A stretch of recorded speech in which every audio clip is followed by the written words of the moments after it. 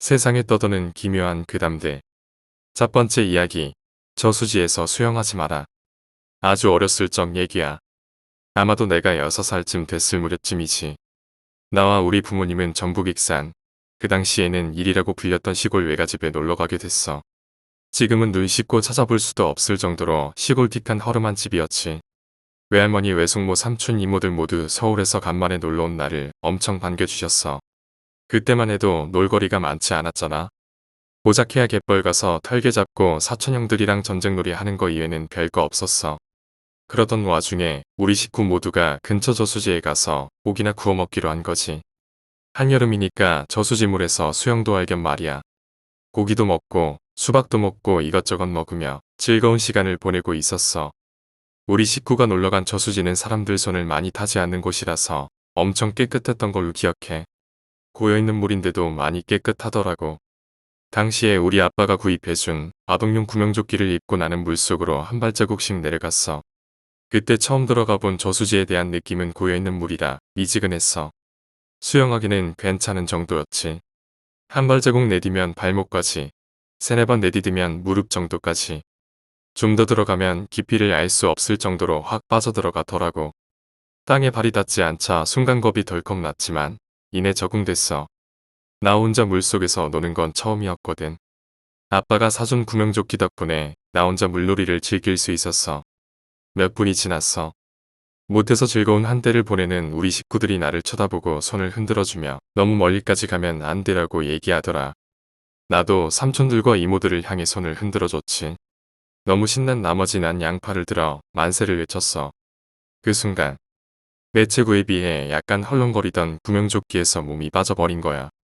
만세를 외쳤을 때 내 몸이 쏙 하고 분리되어 죽기만 둥둥 불에 떠버린 거야. 처음 물속에 빠져본 날이었어. 너무 놀란 탓에 난 사력을 다해 허우적거리며 물속으로 가라앉지 않게 발버둥을 치고 있었어. 그때 잠시 보인 것.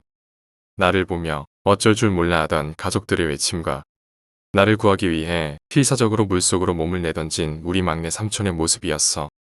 난 서서히 물속으로 가라앉고 있었어. 내 등이 저수지 바닥을 향해 내려간다는 느낌이 나더라고. 숨을 쉴 수는 없었지만 당시 기억으로는 물속으로 가라앉는 그 순간이 왠지 편하게 느껴졌어. 뭔가 부드러운 깃털이 내 몸을 간지럽히는 듯한 기분이 들었어. 하늘하늘한 무언가가 내 등을 감싸고 어루만져주는 그런 기분, 지금도 그 느낌을 잊을 순 없을 것 같아. 가라앉는 순간에도 난 눈을 뜨고 있었기 때문에 볼 수 있었어. 물살을 가르며 나를 향해 다가오는 우리 삼촌의 모습을 말이야. 나를 향해 손을 뻗어오는 삼촌을 보는 순간 안도가 느껴졌어. 그러나 그것도 잠시. 나를 보며 눈이 휘둥그레져서는 물 밖으로 황급히 올라가더라고. 아마도 숨이 차서 그랬겠지. 그 어린 나이에도 난 이제 죽었구나 하는 생각이 내 머리를 스쳐 지나갔어. 그리고 그 후에 물속에서의 기억은 없어져 버렸지. 다시 눈을 떴을 때는 익산 시내에 위치한 병원이었어. 결국 우리 막내 삼촌이 나를 구해내고 만 거야. 근데 주위를 둘러봐도 막내 삼촌의 모습은 보이질 않았어. 나를 무트로 끌어낸 직후 그 자리에서 기절해버렸대. 내가 병원에서 하루를 머물고 외가집에 갔을 때야. 다른 식구들은 서울로 올라가는 우리 가족에게 작별 인사를 하기 위해 다들 밖에 나와 있었는데 여전히 막내 삼촌의 모습은 보이질 않더라. 조카들 중에서도 나를 가장 이뻐하던 막내 삼촌이었는데 어린 마음에 너무도 서운하게 느껴졌어. 외할머니께서 서운한 표정으로 서 있던 내가 안쓰러웠는지 지금 막내 삼촌은 몸이 아파서 누워있다 하시더라고. 그 이후로 몇 년의 세월이 흘러 내가 고등학생이 되었을 무렵 외가집을 놀러 갔을 때야. 난 우연찮게 외가집 식구들이 하는 얘기를 듣게 됐어. 내가 물에 빠져 허우적거리던 나를 구한 이후로 우리 막내 삼촌은 매년 여름 이맘쯤만 되면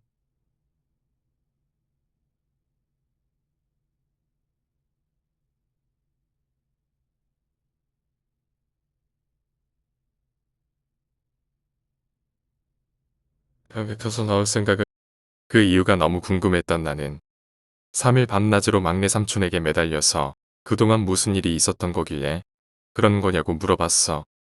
드디어 원하는 답을 들을 수가 있었지. 익은 김치 한 점을 입에 문채 소조를 들이키던 삼촌이 조심스럽게 입을 열어 얘기했어.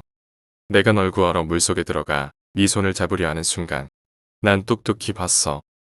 네 등 뒤에서 긴 머리카락을 나풀거리며 서있던 여자 시체를 말이야.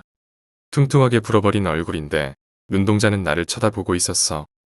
나를 문득 스쳐가던 삼촌의 모습이 순간 떠올랐지. 그때 나에게 손을 뻗으며 깜짝 놀라 휘둥그레진 눈빛을 한 채 물 밖으로 황급히 빠져나가던 삼촌의 모습을 말이야. 단지 숨을 참지 못해 나갔던 게 아니었단 걸 알았어. 그 이후로 매일 가위에 눌려 힘들어했다던 삼촌이 안쓰러워졌지. 이야기를 들은 바로는 실종 신고된 여인이 저수지에서 발견되었던 거야. 지금은 이 세상에 안 계시지만 나를 구해줄 때의 삼촌의 눈빛은 지금도 잊을 수가 없어. 그리고 하나 더. 내 등을 간지럽혔던 그 부드러운 촉감까지 말이야. 두 번째 이야기. 부동산 수집 동굴.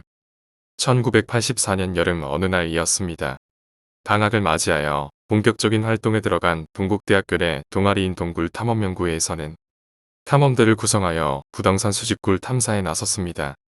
8명의 동굴 탐사 대원들은 비도 오고 날씨도 나쁜 가운데서도 자일에 몸을 맡긴 채 어두컴컴한 동굴 속으로 내려갔습니다. 게다가 내리는 비로 인하여 젖은 흙은 마구 쏟아져 내리고 있었습니다. 대원들은 깊이를 모르는 어두운 동굴 밑바닥을 향해 쉼없이 내려갔습니다. 그러나 춥고 배고파서 점점 힘이 빠지기 시작했습니다. 대원들 대부분은 지쳐서 거의 쓰러질 지경이었습니다. 옷도 비에 젖어 으슬으슬 추운 데다 작고 졸음이 쏟아져 왔습니다. 정말 힘들었습니다. 위험한 데다가 눈을 감고 있는 것처럼 온통 새까만 어둠 뿐이다 보니 더욱 힘들었습니다. 그렇게 얼마를 내려갔을까? 동굴 깊이의 3분의 2쯤 되는 지점에 발을 딛고 쉴 수 있을 만한 테라스에 닿게 되었습니다. 어둠 속을 헤맨 지 약 20여 시간 만에 대원들에게 처음 찾아온 기쁜 순간이었습니다. 이제 50m만 더 내려가면 됩니다. 잠시 휴식을 취한 대원들은 힘을 내서 다시 또 동굴 탐사가 시작되었습니다. 대원들은 축 처진 몸을 이끌고 한 발 두 발 무겁게 발걸음을 내딛었습니다. 그때였습니다. 한 대원의 발에 무언가 툭 걸리는 것이 있었습니다. 그것은 돌이 아니었습니다. 갑작스런 두려움에 뻣뻣이 서서 호흡을 가다듬은 다음 손전등으로 천천히 발 밑쪽을 비춰보자. 거기에는 사람뼈가 있었습니다. 사람뼈가 있다고 놀라서 지르는 대원의 날카로운 소리가 동굴 안에 떠돌자 순간 대원들은 두려웠습니다. 경험 많은 선배들도 무섭긴 마찬가지였지만 그냥 넘어갈 수는 없었습니다. 조금 무서운 일을 당했다고 해서 당황해버리면 더 위험해지기 때문입니다. 겁에 질린 후배들을 다독거리며 계속 탐사하기로 하였습니다. 그러나 어쩐지 불길한 예감이 가슴을 파고드는 것 같았습니다. 이윽고 대원들은 지하 167m나 되는 기나긴 탐사의 끝에 도착했습니다. 꼬박 하루하고도 반나절이나 걸렸습니다. 더구나 우리나라 최초의 탐사였기 때문에 대원들의 기쁨은 더욱 컸습니다. 대원들은 서로 얼싸안고 기뻐했습니다. 하지만 더 힘든 일이 남아 있었습니다. 그것은 동굴을 빠져나가는 일이었습니다. 동굴 입구까지 다시 올라가려면 더 많은 체력과 정신력이 필요한 것입니다. 라면 한 그릇으로 허기를 때우고 잠시 휴식을 한 대원들은 내려왔던 동굴을 다시 올라가기 시작했습니다. 얼마나 올라갔을까? 피곤에 지친 한 대원이 고개를 들어 위를 쳐다보는 순간 깜짝 놀라고 말았습니다. 허공에서 무섭게 내려다보는 어떤 할아버지 얼굴이 있었던 것입니다. 눈을 비비고 다시 쳐다보았지만 여전히 그를 내려다보고 있는 할아버지를 보고 하마터면 정신을 잃을 뻔했습니다. 정말 아찔한 순간이었습니다. 그러나 그 할아버지를 본 사람은 한 사람뿐만이 아니었습니다. 긴 자일의 가운데에 매달려 있던 다른 대원들도 동굴벽에서 푸른빛을 내며 기분 나쁘게 웃고 있는 할아버지를 보았던 것입니다. 그 할아버지는 눈썹이 휘었고 바지저고리 복장을 하고 있었습니다. 게다가 마치 다리가 없는 듯 하체 쪽으로 내려갈수록 희미하게 보였고 머리에는 낡은 모자를 쓰고 있었습니다. 그리고 내어나는 듯한 표정으로 뭐라 말하고 있었지만 그 목소리는 들리지 않았습니다. 한편 그 무렵 자일의 맨 위에 매달려 있던 다른 한 대원에게도 이상한 일이 일어났습니다. 갑자기 어지러워지며 아무리 정신을 차리려 애써봐도 머리만 지끈거릴 뿐 고개를 들어 위를 쳐다볼 수조차 없었던 것입니다. 그저 할 수 있는 것이라곤 자일에 대롱대롱 매달려 있는 것뿐이었습니다. 아무리 위로 올라가려 있는 힘을 다 써봐도 뜻대로 되지 않았습니다. 그럴수록 더욱더 어지러웠습니다. 그런데 뭔가가 자꾸 머리 위를 빙빙 도는 듯한 느낌이 들었습니다. 그래서 머리 위쪽으로 조심스레 손전등을 비춰보았습니다. 그때 웬 할아버지 얼굴이 정면으로 비춰졌습니다.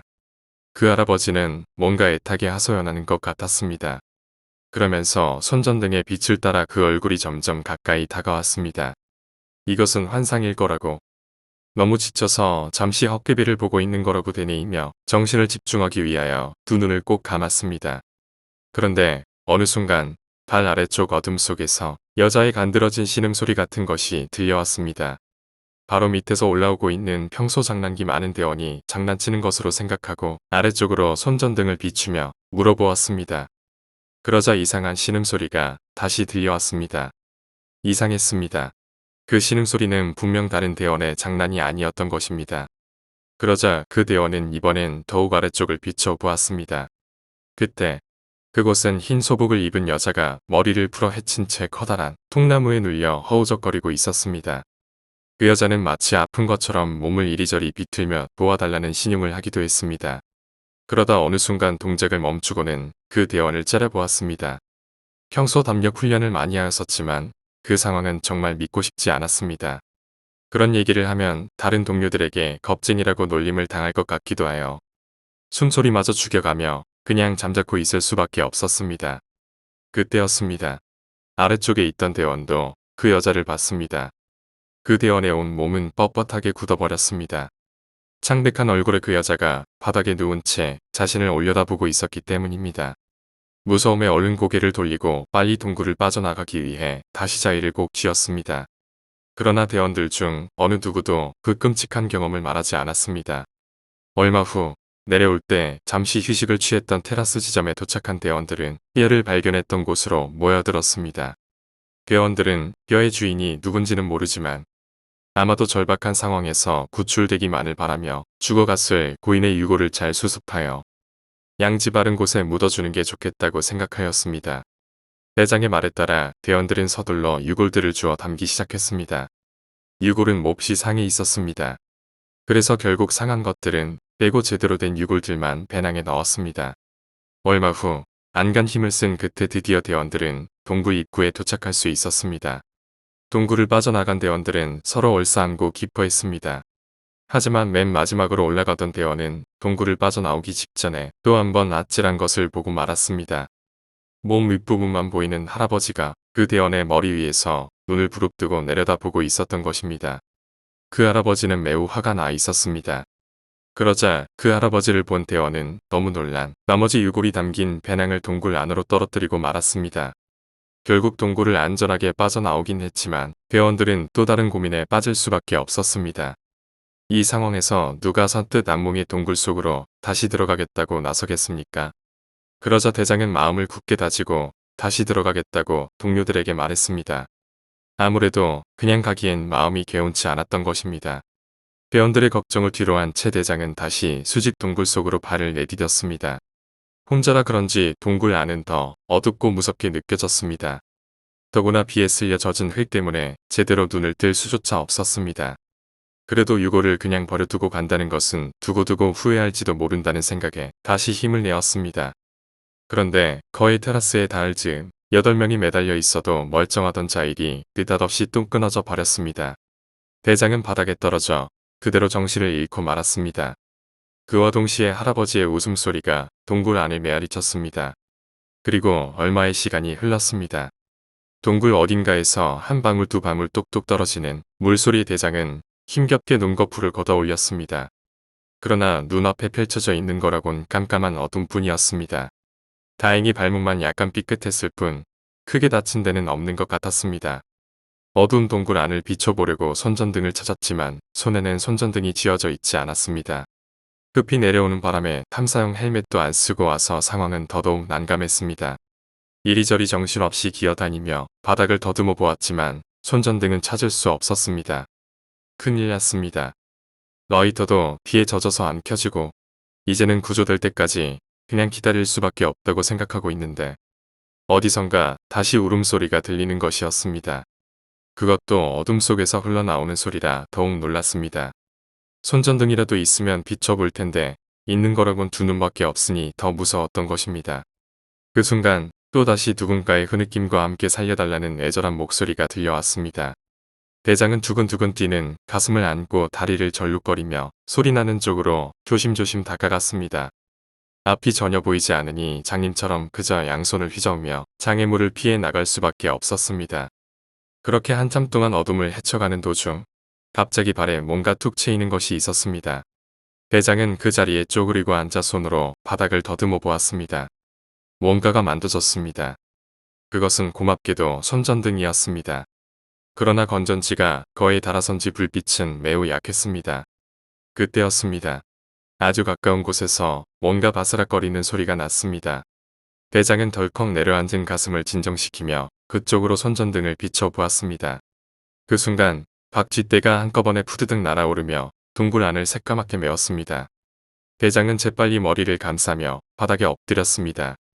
그런데 그 엎드린 자리는 바로 누군가의 배 위였습니다. 기절초풍한 대장은 본능적으로 손전등을 그의 얼굴 쪽으로 비췄습니다. 맙소사. 그 얼굴은 앞니가 엉성하게 박혀있고 눈썹과 이마가 없었습니다. 바로 동굴을 빠져나갈 때 대장을 호되게 괴롭혔던 그 할아버지였던 것입니다. 대장은 비명을 질러대며 정신없이 달아나는 수밖에 없었습니다. 그러나 얼마 못 가서 다시 넘어지고 말았습니다. 돌부리에 걸렸던 것입니다. 재빨리 일어나긴 했지만 팔꿈치가 심하게 욱신거려 뜻대로 되지 않았습니다. 겨우 엉금엉금 기어가서는 동굴벽에 기대 앉았습니다. 손전등은 점점 희미하게 빛을 잃어갔습니다. 참으로 절망적인 순간이었습니다. 그때까지만 해도 대장은 자신의 머리 위에서 그 할아버지가 매섭게 노려보고 있다는 걸 까마득히 모르고 있었습니다. 뒤늦게 그것을 알게 된 건 무심코 동굴 천장을 올려다보았을 때였습니다. 할아버지는 허공에 뜬 채 빙글빙글 돌며 고통스러운 얼굴로 뭔가를 호소하기 시작했습니다. 하체가 없는 고통 때문인지 손짓으로 자꾸만 자신의 다리를 가리키기도 했고 동굴 저쪽 어딘가를 보며 도와달라 하는 것 같기도 했습니다. 그런데 더더욱 믿을 수 없는 일이 벌어졌습니다. 그 할아버지 앞에 웬 여인이 온몸에서 푸른 광채를 내뿜으며 쓱 나타난 것입니다. 그 여인은 맨 나중에 동굴을 나오던 대원이 떨어뜨렸던 유골을 담았던 배낭을 들고 있었습니다. 그 여인은 웃으며 성큼성큼 걸어오더니 대장 앞으로 배낭을 불쑥 내밀었습니다. 어서 가져가라고 하는 것 같았습니다. 바로 그 순간 순식간에 배낭을 빼앗은 손이 있었습니다. 그것은 할아버지의 손이었습니다. 이때부터 배낭을 사이에 두고 할아버지와 여인이 밀고 당기며 다투기 시작했습니다. 그것을 지켜보는 대장은 무서움에 거의 기절할 지경이었습니다. 그때 자신을 찾는 대원들의 낯익은 목소리가 들려왔습니다. 대장이 동굴에 갇힌 지 약 8시간 만에 들어보는 반가운 동료들의 목소리였습니다. 나올 시간이 지났는데도 대장이 나오지 않자 무슨 사고가 생겼으리라고 생각한 동료들이 구조하러 온 것입니다. 가까스로 고개를 돌려보니 저쪽에서 몇 개의 불빛이 어지럽게 일렁이고 있었습니다. 이제 구조되었다는 안도감과 동료들을 보는 반가움에 겨워 대장은 거의 건전지가 다 다른 손전등을 흔들어대며 있는 힘을 다해 대원들에게 소리쳤습니다. 그러자 할아버지의 눈이 무섭게 변하더니 여인과 함께 휙 사라져 버렸습니다. 대장에겐 정말 무서운 경험이었습니다. 무사히 서울로 돌아온 일행은 가지고 온 유골을 분석했습니다. 그것은 모두 두 구의 인골이었습니다. 그런데 한 구는 제대로 뼈가 갖춰졌으나 다른 한 구는 두개골이 깨져 있는 걸 비롯해 정강이 밑부분 뼈는 아예 없다는 사실을 발견했습니다. 온전한 한 구는 여자, 몹시 상에 있는 나머지 한 구는 남자임을 확인할 수 있었습니다. 미처 수습해 오지 못한 나머지 유골의 주인은 그 할아버지 영혼이었던 것입니다. 대원들이 유골의 손상 상태를 보고 동굴에서 봤던 할아버지의 모습과 비교해보자 그 사실은 더욱 확연히 드러났습니다. 두개골 파열의 정강이 아래 뼈가 없다는 점과 이마와 하체가 없던 할아버지 영혼의 모습은 정말 신기하게도 정확하게 일치하였던 것입니다. 동굴 속에서 대원들이 만났던 그 할아버지 영혼은 자신의 유골을 마저 수습해 가지 않은 대원들에게 자신도 데려가라고 애절히 호소했던 것입니다. 이제야 그 할아버지가 왜 여인에게서 배낭을 빼앗으려 했는지도 이해가 되었습니다. 너무도 믿기 어려운 사실의 대원들은 저마다 한마디씩 꺼내며 놀라워했습니다. 그 후 여인의 유골을 남산의 양지 바른 곳에 묻어주고 49제까지 지낼 만큼 영혼의 명복을 빌었습니다. 그러나 나머지 할아버지의 유골은 수습이 안 됐다는 이유로 결국 묻어주지 못했습니다. 그리고 그 후 3년간은 매년 찾아와 무덤에 술을 뿌려주고 목례를 하곤 했습니다. 하지만 할아버지 유골을 묻어주지 않아서 그런지 대원들은 꿈속에서까지 무서운 악몽에 시달리며 가위에 눌렸습니다. 악몽은 보름 정도 계속되었습니다. 그 중에서도 유독 심하게 괴롭힘을 당한 한 대원에게는 꿈속에 그 할아버지가 나타나 자신도 데려가라며 눈을 부릅뜬 채 목을 조르곤 했습니다. 4년 후 동국대 팀은 다시 후배들을 이끌고 그 수직굴 탐사에 나섰습니다. 물론 4년 전의 사건이 마음에 걸리긴 했지만 다행히 탐사는 20여 시간 만에 별탈 없이 끝났습니다. 먼저 동굴을 빠져나온 대장은 뒤이어 동굴 입구로 빠져나오는 후배 대원들의 정신을 집중시키며 빨리 나오라고 큰 소리로 얘기했습니다. 그때였습니다. 또 나타난 할아버지 영혼이 동굴을 빠져나오는 후배를 향해 돌로 내려치려 하고 있었습니다. 놀란 대장이 어만이 피하라고 그 대원에게 소리를 치자 그 소리에 할아버지 영상은 한번 무섭게 노려보더니 스르르 사라져 버렸습니다. 대장은 너무 놀란 나머지 그대로 주저앉아 안도의 숨을 몰아쉬었습니다. 나불사. 그제서야 대장은 이번에도 동굴에서 할아버지 유골을 가져오지 않았음을 깨달았습니다. 구덩산 수직구 지하 167m 다른 지점도 편하게 걸어서는 탐사할 수 없는 최악의 조건. 그곳에서 있었던 탐사대원들의 신비한 체험은 아직도 풀리지 않는 불가사의로 남아 있습니다. 그래서 대원들은 그 이후에도 몇 번이나 그 동굴로 들어가 그때 미처 수습하지 못했던 할아버지 유골을 찾아봤지만 토사가 두껍게 덮여 있어서 끝내 수습에 실패했다고 합니다. 그런데 과연 지금도 그 동굴에 가면 할아버지 영혼을 만날 수 있을까요? 대원들은 물론 볼 수 있으리라 믿는다고 합니다. 또 실제로 다른 탐사대원들 중에는 최근까지도 그 영혼을 보았다는 사례가 있었습니다. 세 번째 이야기, 예지몽. 전 36살이고 아직 결혼은 하지 않았다. 뜬금없는 이야기에 가오뚱하겠지. 살아오면서 많은 일들을 겪을 나이이기도 하지만 아직은 겪지 않아도 될 죽음도 겪었다. 우리 가족사. 8남매였다가 6남매가 지금은 서로 먹고 살기 힘들어 연락도 제대로 안 하고 살게 되었지만 한때는 참 단란한 가정이었고 가족이었다. 지금은 그저 남 이야기 하듯 할 수 있는 시간의 흐름에 감사하고 시간의 흐름의 삶을 이해하며 그럼에도 가끔은 보고 싶은 언니와 여동생이다. 내가 19살, 여동생은 17살. 2살 터울이지만 어릴 적 내가 많이 아파 초등학교를 한 해 쉬고 다음에 다시 입학하다 보니 연년생이 아닌 연년생이 되었다. 그해 봄, 일요일, 며칠째 몸이 많이 안 좋아진 여동생은 학교를 쉬고 있었고 좀처럼 늦잠을 자지 않던 여동생은 그날따라 늦잠을 자는 것이었다. 난 아프고 약 기운에 지쳐서 늦잠을 자나보다 하고 깨우지 않았고 체리미와 안재욱이 나오는 그 드라마를 시청하고 있었다. 한참 재미나게 보는데 뒤에서 자고 있는 줄만 알았던 여동생이 깨에서 흐느껴 우는 것이었다. 그런데 흐느껴 우는 모양새가 아파서 우는 것이 아닌데 왠지 모를 두려움이 느껴져. 난 여동생에게 왜 그러냐고 무슨 일이냐고 다그치듯 물었다. 여동생은 나를 빤히 보더니 닭똥 같은 눈물만 흘러내리며 아직히 흐느끼는 것이었다. 난 그런 여동생에게 화가 난 듯 또 다그쳤고 여동생은 울면서 꿈 이야기를 하는데 낯선 방 안에 앉아있는데 작은 언니가 나타났어. 그리고 나더러 떡이 든 접시를 들이대며 떡을 먹으라 윽박 지르는 거야. 그래서 난 안 먹는다고 했지. 그러자 작은 언니가 아주 무서운 표정으로 계속 먹으라고 떡을 내미는 거야.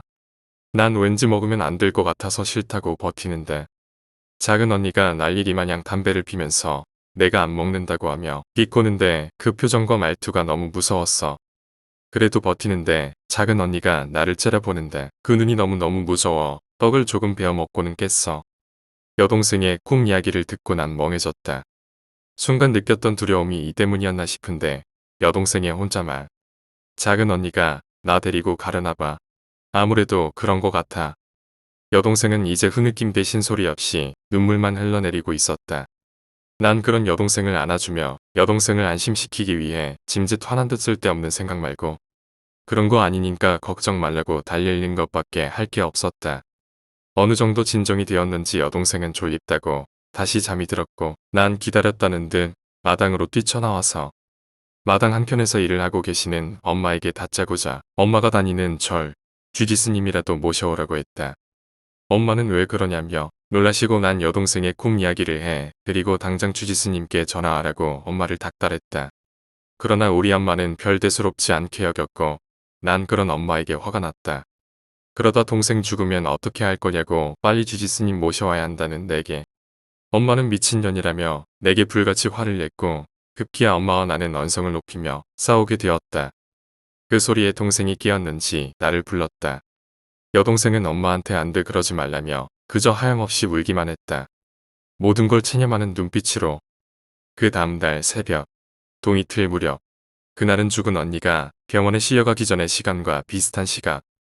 아랫방에서 잠든 나는 아버지의 다급한 외침에 잠이 깨었고 놀랄 새도 없이 동생을 안고 마루에 나와 계시는 아버지를 보았다. 병원에 실려가던 죽은 언니와 똑같은 여동생의 모습. 이성을 잃은 듯한 아버지 모습에 난 이상하리만큼 차분하게 택시를 불렀고 말없이 여동생을 받아 내가 안았다. 아버지는 택시가 오는 그 시간 동안 대문 밖에서 발만 동동거리고 엄마는 그저 안방에 멍하니 앉아 계셨다. 택시가 오고 여동생을 안다시피 해서 뒷자리에 앉아 위급한 상황임을 아는 기사 아저씨는 비포장 도로인데도 무작정 달리기만 하셨다. 목포병원의 응급실. 의사들과 간호사들이 다급히 움직이는 가운데 검사 결과를 기다리고 있는데 한 간호사가 내게 다가와 나지키 하는 말이 왜 이제 데려왔냐며 눈물을 글썽이는 것이었다. 난 그 말에 어이가 없었다. 며칠 전에도 여기 다녀갔는데 위장이 안 좋다고만 했거든요. 기록 보시면 나와 있어요. 그리고 한두 번 다녀간 것도 아니고요. 이 병원 저 병원 다 다녔어도 다들 위장이 안 좋다고만 했다고요. 그래서 집에는 위장약들로 넘쳐나요. 알아요? 내가 말했다. 난 그 간호사에게 화가 난 것이 아니었으나 나도 모르게 그 간호사에게 화풀이를 하고 있었다. 한참 후 의사가 오더니 전남대학병원으로 연락을 했으니 거기로 가랜다. 병원 오는 택시 안에서 피를 토하며 괴로워하는 동생. 어떻게 대학병원까지 왔는지 모르겠다. 응급환자라 중환자실이 미처 준비되지 못해 응급실에서 누인 동생. 아프다고 너무 아프다고 소리를 질러대는 여동생. 바늘 구멍을 넣을 곳이 없어 발바닥 핏줄에 바늘을 꼽는 간호사. 얼마나 아팠음 내게. 언니 주사 놓지 말라고 해줘. 주사 넣을 때마다 너무 아파. 너무 아파. 힘없는 목소리로 아무것도 모르는 내게 동생이 하소연했다. 그 즈음 생물 시간에 인체 장기 중간에 대해서 배우고 있었었다. 주사를 맞을 때마다 유독 아파서 우는 동생이 이상해서 수 간호사에게 간에 이상이 있는 것 같다고 하니 수 간호사와 주변의 간호사들이 그제야 아차 싶은 표정으로 담당이를 부르고 17살의 간암 말기라는 판정이 나왔고 이미 늦었다는 것을 들었다. 17살의 간암 말기라고 의사들도 당황스러운 사실. 더더욱 황당스럽고 어이없는 건 그 병원에도 한 달 전에 여동생이 진찰 받으러 왔었고 여느 병원처럼 위장이 안 좋다는 결과였다는 것이다. 그해 5월 23일 토요일. 날짜는 정확히 모르겠지만 토요일인 건 확실하다. 중간고사가 끝나는 날이었고 시험이라도 쳐야 했기에 병원에서 학교로 왔다 갔다 했었고 병원으로 가려고 병원에 전화했는데 오지 말라던 아버지. 집으로 돌아와 버스에서 내려 집 앞 대문. 5월인데도 낙엽들이 대문 앞에 수북히 쌓여있던 걸 잊지 못한다. 여동생이 집에 가고 싶다는 날이 그날의 토요일. 부모님은 마지막임을 감지하고 여동생의 말대로 집으로 데리고 왔다. 일가 친척들은 물론이고 미리 연락을 취한 탓에 서울에 있는 가족들도 저녁이 되자 다들 모이게 되었다. 할머니와 내가 쓰던 방에 의식이 없다시피 누워 신음소리만 힘겹게 내뱉는 여동생. 저녁 먹을 시간이 되고 이모의 다독거림에 가족들과 친척들은 겨우 수저를 들고 난 도저히 먹기 힘들어 동생이 누워있는 방으로 들어갔다. 그 방 대문 쪽으로 향한 방문 쪽으로 머리를 대고 누워있는 동생. 나는 동생의 왼쪽에 앉아 힘겹게 삶을 지탱하고 있는 동생의 숨소리를 듣다가 더는 들을 수가 없었다. 그렇게 힘들면 가.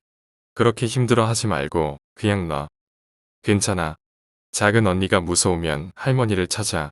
할머니가 널 기다리고 있을 테니 안심하고 가. 할머니는 안 무서울 거야.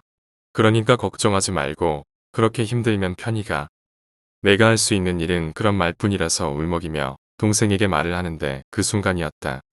왼쪽 동공은 이미 기울어져 안 보였고 오른쪽 동공만 오른쪽으로 고양이 동공 마냥 치우져 있던 동생이 나의 목소리를 들었는지 내게로 움직이는 것이었다. 아주 힘겹게. 그때의 여동생 표정은 순간 편해 보였다. 저녁 식사를 마치고 이모가 내게 건너방으로 가라고 하여 나는 동생의 임종이 다가옴을 알았기에 싫다고 했지만 이모와 큰 고모가 야단을 쳐서 할 수 없이 건너방으로 왔다. 건너방엔 엄마와 다른 이모들이 계셨고 다들 멍한 표정으로 말씀들이 없으셨다. 그렇게 적막감이 흐르는 가운데 작은 방에 있는 여동생의 목소리가 들렸다. 엄마, 엄마. 마지막으로 엄마를 보고 싶었는지 어디서 그런 힘이 났는지 동생의 목소리는 힘차기까지 했다. 그런데 우리 엄마는 동생이 부르는데도 일어나지를 않는 것이다. 이모들과 나는 엄마께 뭐하고 있냐고 어서 가보라고 하자 엄마 하는 말이 무서워 무서워하며 벌벌 떠는 것이다. 그 와중에 동생은 엄마 보고 싶어하며 애타게 불러대고 있었다. 난 무섭다고 떨고만 있는 엄마를 째려보며 엄마는 엄마도 아니다라며 막말을 퍼붓고 방문을 열고 작은 방으로 가려는데 대문을 향해 짖는 게 울음소리예요. 이모와 큰 고모의 통곡 소리를 듣게 되었다. 그렇게 동생은 17년의 삶을 마쳤다. 마지막 순간에 보고 싶은 엄마를 보지 못한 채로 큰 언니는 어린 나이에 임신이 되는 바람에 결혼을 해서 의정부에 살고 있었다. 그날 여느 날과는 달리 이상스레 졸음이 쏟아져 점심도 거른 채 낮잠을 자고 있었단다. 잠이 들자 꿈을 꾸기 시작했단다. 꿈속에 아주 커다란 배를 타고 있었는데 온통 검은 배였고 엄청 낡아서 매섭게 몰아치는 파도에 금방이라도 부서질 것 같아 불안한 마음에도 내가 왜 이런 배에 타고 있나 의아해하며 뱃머리 쪽으로 조심스레 발을 옮겼단다. 깃발이 다 부서지고 뱃머리엔 치렁치렁한 머리를 휘날리며 검은색 치마를 입고 누군가 서 있는데 안 봐도 작은 언니임을 알았단다. 큰 언니는 그 여자가 작은 언니임을 알자 두려움보다는 화가 나기 시작하더란다. 그래서 작은 언니를 향해 욕을 퍼붓기 시작했단다. 그러자 뒷모습으로 서 있던 작은 언니가 돌아섰다고 한다. 그런데 아주 의기양양한 표정과 자세로 깔깔거리며 웃더란다. 큰 언니는 더욱더 화가 나 작은 언니에게 욕을 퍼붓으며 달려들었고 그런 큰 언니에게 놀랐는지 작은 언니가 도망을 치더란다. 그러나 배 아니고 도망칠 곳이 없자 바다로 뛰어들더란다. 그 모습에 큰 언니는 화가 치밀 대로 치밀어 언니도 함께 바닷속으로 뛰어들었단다. 물속에서 두 사람을 맹렬히 싸웠고 워낙에 힘이 좋은 큰 언니는 작은 언니 머리채를 잡는데 성공했단다. 나쁜 년 나쁜 년. 너 내 동생 데리고 가려고 나타났지. 너 내 동생 죽었기만 해봐. 지옥까지 쫓아가서 가만 안 둬. 큰 언니는 작은 언니 머리채를 잡고 겨우 무트로 나왔단다. 작은 언니는 그제야 울면서 언니 내가 잘못했어. 내가 잘못했어. 내가 외로워서 그랬어. 내가 잘못했어. 하며 끌려오면서도 용서를 구하는지 두 손을 싹싹 빌더란다. 큰 언니는 계속 욕을 하며 무트로 걸어 나오는데 할머니 무덤 앞에 한다. 할머니 무덤 옆엔 조그마한 무덤이 하나 더 있었고 그 무덤을 촛불이 빙 둘러 켜져 있더란다. 큰 언니는 그 광경을 보고 이미 늦었음을 알고는 저도 모르게 힘이 빠지고 그 자리에 주저앉아 울었단다. 그 사이 작은 언니는 사라지고 없었고 아차 싶다는 순간 시어머니가 전화 왔다며 깨우더란다. 그 전화는 동생이 죽었으니 오라는 우리 시골집 전화였고 언니는 그저 슬픔을 삭힌 채 원하지도 생각지도 못한 일로 친정집에 발걸음을 해야만 했다. 네 번째 이야기, 한밤중의 산길. 이 이야기는 과 선배 오빠의 친구의 할머니가 직접 겪은 일이라고 들은 이야기입니다. 이야기는 선배, 오빠의 친구의 할머니께서 젊으셨던 시절로 거슬러 올라갑니다. 친구 할머니께서는 독실한 기독교 신자라고 하시는데요. 지금은 주변에 많이 보이는 게 교회인데 그 당시에는 지금에 비해 교회 숫자도 적었고 친구 할머니께서 사시던 곳이 외진 곳이라서 교회를 가려면 읍내까지 가야 해서 걸어서 산길을 지나가야 했다고 하네요. 그래서 주일마다 오전 예배에 참석하기 위해서 새벽밥을 지어 먹고 집을 나섰다고 합니다. 이 이야기는 할머니가 20대 후반, 30대 초반, 대충 그쯤 되는 연세에 겪은 이야기인데 남편분에게 같이 가자고 해도 남편분은 교회에 안 다니셔서 어쩔 수 없이 혼자 다니셨다고 하네요. 무튼 할머니께서 어릴 때와 마찬가지로 일찍 집을 나섰는데 겨울이라 그런지 해가 뜨지 않아서 주위가 어둑어둑했다고 합니다. 해 뜰 무렵 할머니께서 교회에 가기 위해서 산길을 걸어가고 계신데 매주 다니던 길이 그날따라 이상하게 적막하고 음산했다고 합니다. 한참 산을 넘어가시던 할머니께서는 왠지 모를 불안감이 드니 혼자 걷는 게 무서우셔서 남자든 여자든 상관없으니까 사람이라도 만났으면 좋겠다라고 생각하시면서 걸으셨다네요. 한참 걷고 있는데 뒤에서 분명히 인기척은 안 났는데 이상한 기분이 들어서 뒤를 돌아보셨답니다. 뒤를 돌아보니 저 멀리서 한 남자가 천천히 걸어오고 있더랍니다. 보통 어두컴컴한 산길에서 뒤따라오는 남자를 만나면 무서운 생각이 들 수도 있는데 할머니께서는 사람이다라는 생각만으로 반가운 기분에 든든하게 갈 길을 가셨다고 합니다. 그 남자를 뒤로 한 채 길을 걷던 할머니께서는 이상한 생각이 들어서 다시 뒤를 돌아보셨는데 조금 전에 봤던 남자의 걸음걸이가 이상했기 때문입니다. 대충 돌아본 거라 정확하게는 보지 못했지만 왠지 걸음걸이가 이상하다고 느끼셨답니다. 그래서 다시 살짝 뒤를 돌아보니 확실히 그 남자의 걸음걸이는 이상하더랍니다. 그리고 보통 남자의 걸음 속도라면 여자인 자신을 금방 따라잡을 수도 있는 법인데 너무 천천히 걸어오고 있었다네요. 그것도 눈에 익지 않은 걸음걸이로 말이에요. 그래서 할머니께서 잠깐 우두커니 서서 그 남자를 주시하고 있었는데 자신을 향해서 천천히 걸어오고 있는 그 남자의 걸음걸이는 보통 사람이 걸으면 양발을 번갈아 내디디면서 걸으니까 머리가 좌우로 살짝 움직이는 그런 모습이 보여야 하는데 그 남자는 머리가 거의 움직이지 않고 다리가 심하다 싶을 정도로 좌우로 크게 흔들거렸답니다. 더욱 궁금해진 할머니는 더 자세히 그 남자를 지켜봤는데 그 남자의 정확한 모습이 눈에 들어온 순간 할머니는 숨이 턱 막힐 뻔하셨답니다. 그리고는 정신없이 달리셨다고 합니다. 할머니 눈에 들어온 남자는 눈이 흰자밖에 안 보일 정도로 뒤집혔고 혀는 가슴까지 길게 빠진 상태로 머리가 공중에 떠서 고정되어 있는 느낌의 몸이 좌우로 흔들거리는 그런 모습이었다고 합니다. 그렇게 흔들릴 때마다 혀가 좌우로 흔들리고 그러면서 다가오고 있었다네요. 그걸 본 할머니께서는 잠시 숨이 탁 막히셨다가 불현듯 저건 사람이 아니다라는 생각이 머릿속에 떠올랐고 본능적으로 살기 위해서 도망치셨다고 합니다. 한참을 도망치시던 할머니께서는 숨이 너무 차서 도저히 달릴 수가 없으셨다고 하네요. 그래서 아직도 쫓아오나 하고 뒤를 돌아봤는데 원래 천천히 따라오던 그 남자가 엄청 빠른 속도로 할머니를 쫓아오고 있었답니다. 그런데 그 모습이 정말 무서운 것이 할머니가 처음 본 그 모습 그대로 쫓아왔다고 하는데요. 머리는 움직이지 않고 양다리를 심하게 좌우로 흔들거리면서 그리고 마찬가지로 길게 빠진 혀도 좌우로 심하게 흔들거리면서 뛰어온다기보단 마치 날아오듯이 쫓아오고 있었답니다. 그래서 할머니는 그 자리에 주저앉아 눈을 감고 그 순간부터 계속 주기도문을 외우셨답니다. 한참 동안 주기도문을 외우고 있다가 눈을 떠보니 주변엔 아무도 없었고 날이 밝아 있었답니다. 그래서 그대로 놀란 가슴을 안고 교회로 달려간 할머니께서는 예배가 끝난 후에 목사님께 교회에 오는 길에 목격했던 일을 이야기하면서 혼자 다시 그쪽 산길을 지나서 집에 갈 수 없겠다고 집까지 동행을 부탁했다고 했습니다.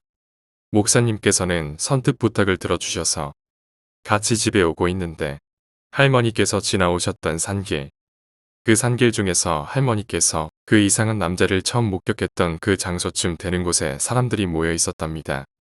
그래서 가보니 밤이라 컴컴했을 때는 잘 안 보였는데 날이 밝아서 돌아간 그곳에는 오래된 큰 고목나무가 있었고 그 고목나무에 누가 목을 매달아 자살을 했던 겁니다.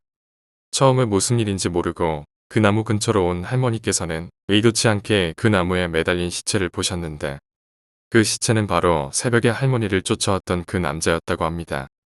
목이 매달린 채로 눈을 하얗게 뒤집고 혀가 가슴까지 쭉 빠진 상태에서 좌우로 흔들리는 모습에 어떻게 목을 매달았는지는 모르지만 그 남자가 꽤 높은 곳에 매달려 있어서 마을 사람들은 쉽게 그 남자의 시신을 수습하지 못하고 있었던 거라고 하네요. 무튼 그걸 본 할머니는 그 자리에서 기절하셨고 목사님께 엎여서 집으로 돌아오셨답니다. 그 이후에 할머니께서는 절대 혼자 그 산길을 지나가지 않으셨다고 합니다.